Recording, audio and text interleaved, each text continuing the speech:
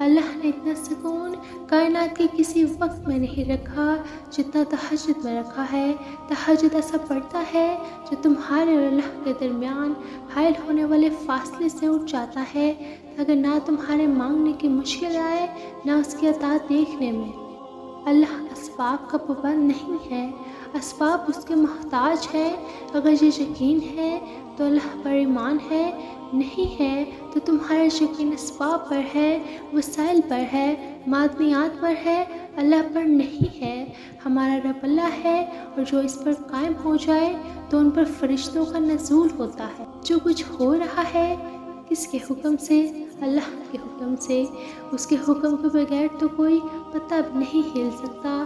اس کائنات کو چلانے والا سمیع و بصیر ہے، وہ جو میرا دوست ہے۔ اللہ اہل ایمان کا ولی ہے، ساتھی ہے، مددگار ہے، حمایتی ہے۔ جسے یہ یقین ہو جائے کہ اللہ میرا مددگار ہے، میرا محافظ ہے، اس کے لیے کوئی خوف ہوگا۔ کس کا خوف؟ کوئی چیز اللہ سے کیا بالاتر ہے؟ کوئی قوت اس سے زیادہ طاقتور ہے؟ کوئی اس کے ارادے کو بدلنے والا ہے؟ کوئی اس کی مشیت کے آگے آنے والا ہے؟ کوئی نہیں ہے۔ پھر اس چیز کا ڈر کہ وہ میرا یہ کام نہ رکوا دے، میری یہ چیز حرام نہ کر دے، میرا رزق روک نہ دے، اس کا ڈر، اس کا ڈر، اس کا خوف، اس کا خوف، اس کی جا کے خوشامد کرنا، اس کے ڈر سے غلط کام، حرام کام کر جانا۔ یہ سب کیوں کرتا ہے انسان؟ جب وہ سمجھتا ہے اس کے ہاتھ میں میرا نفع ہے، یہ مجھے کوئی نقصان پہنچا سکتا ہے، مجھے بدنام کر سکتا ہے۔ اسی کا نام شرک ہے۔ جہاں آپ نے یہ سمجھا کہ غیر اللہ کے اندر کوئی طاقت موجود ہے، وہی شرک ہے۔ اللہ کے عرش پر اتنا بڑا لکھا ہے کہ میری رحمت میرے غضب پر حاوی ہے، تو اللہ ہم سے کتنا پیار کرتا ہے۔ وہ انسان کتنا خوش قسمت ہے جس نے اس دنیا میں رہتے ہوئے اللہ کی رحمت پا لی، سمجھو جنت پا لی کہ اللہ اس کا دوست، محافظ، مددگار خود بن گیا۔ اس بات سے انکار نہیں کہ کبھی کبھی آزمائش بہت سخت ہوتی ہے، دل مایوس ہو جاتا ہے، مگر یقین جانے آپ کا رب اس طرح کے حالات میں آپ کی اور زیادہ قریب ہوتا ہے۔ اس کو علم ہوتا ہے کہ اس کے بندے کو ضرورت ہے اس کی۔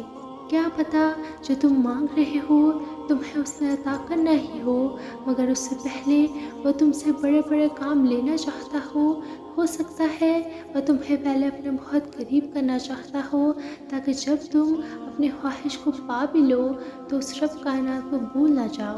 ہو سکتا ہے وہ تمہیں تمہاری خواہش تب نصیب کرے جب تمہیں اس کی سب سے زیادہ ضرورت ہو سکتا ہے نا وہ تمہیں تمہاری خواہش کے ساتھ اور بھی بہت کچھ عطا کرنا چاہتا ہو۔ تو اس آزمائش کی گھڑی میں اس مالک پر بھروسہ رکھو۔ اللہ بس دیر اس لیے کر رہا ہے کہ تمہاری آواز کچھ دیر اور سن سکے۔ اس کی تاخیر انکار تو نہیں ہے۔ جو غلطی نہ کرے وہ فرشتہ ہے، جو غلطی کر کے ڈٹ جائے وہ شیطان ہے، جو غلطی کر کے توبہ کر لے وہ انسان ہے۔ خیالوں کی حفاظت کرو، یہ الفاظ بن جاتے ہیں، الفاظ کی حفاظت کرو، یہ اعمال بن جاتے ہیں، اعمال کی حفاظت کرو، یہ کردار بن جاتے ہیں، کردار کی حفاظت کرو، یہ پہچان بن جاتے ہیں۔ سجدہ بھی اسی وقت قبول ہوتا ہے جب سر کے ساتھ ساتھ دل بھی جھکے۔